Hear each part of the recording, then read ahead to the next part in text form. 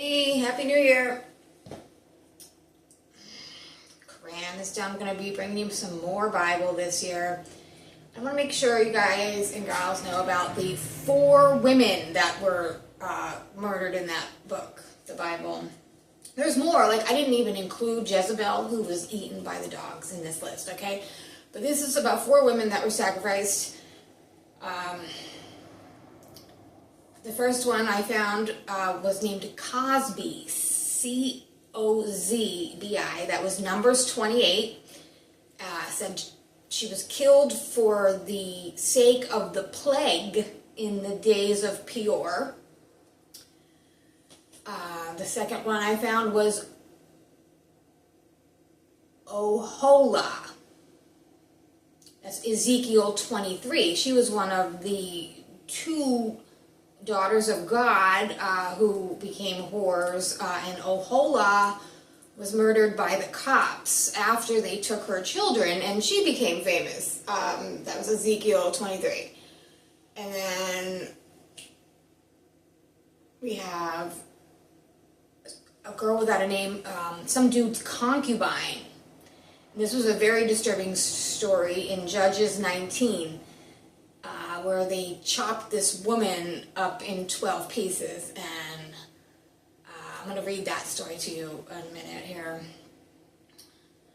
And then the 4th daughter I found murdered in that book was a virgin daughter of Jephthah, the Gilead, who was killed by her dad. This was Judges 11.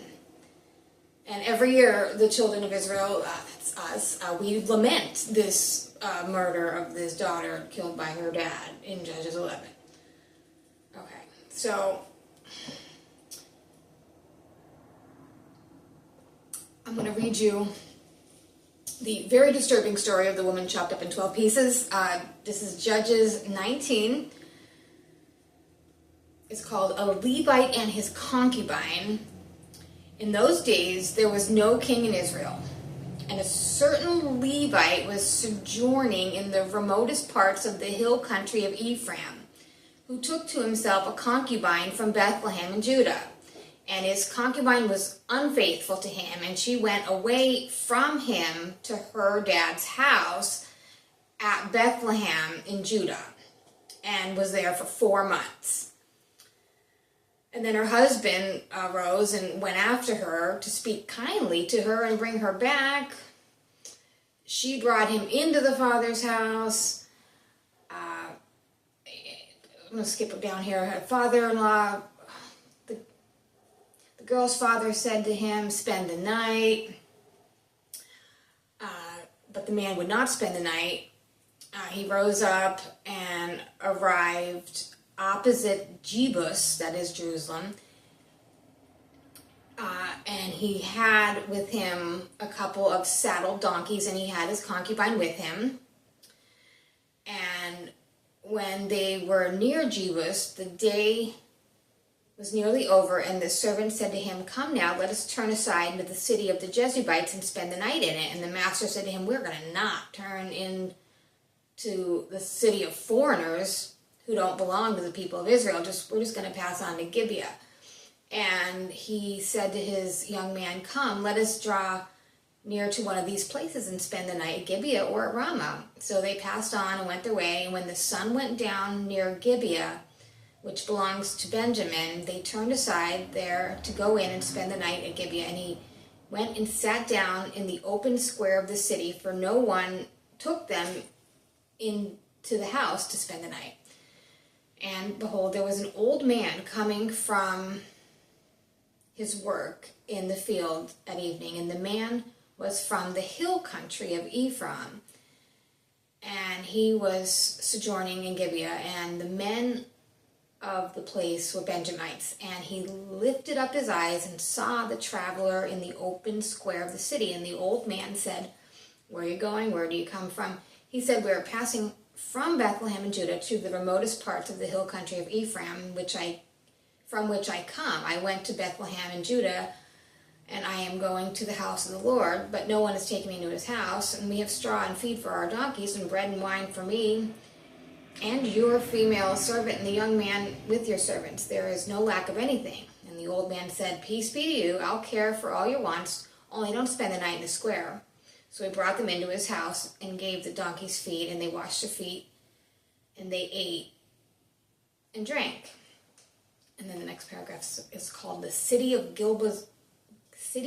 Gibeah's Crime.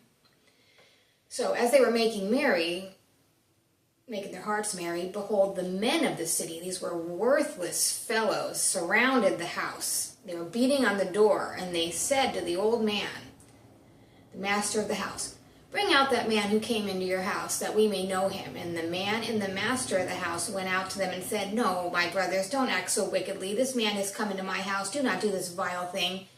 Behold, here is my virgin daughter and his concubine. My virgin daughter and his concubine. Let me bring them out now, and you can violate them and do with them what seems good to you. But this man, don't do anything outrageous to him. But the men would not listen to him, so the man seized his concubine and made her go out to them.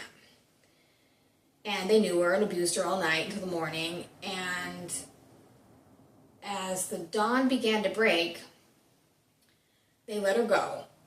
And as morning appeared, the woman came crawling and fell down at the door of the man's house where her master was until it was light.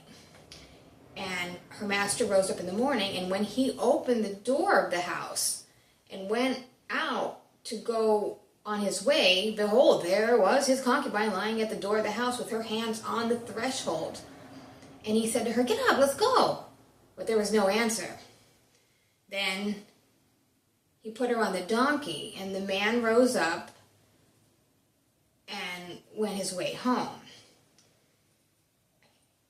And when he entered his house, he took a knife, and he took a hold of his concubine and divided her limb by limb into 12 pieces, and sent her throughout all the territory of Israel.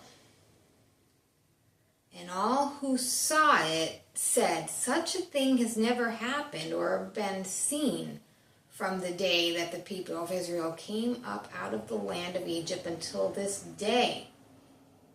Consider it, take counsel, and speak.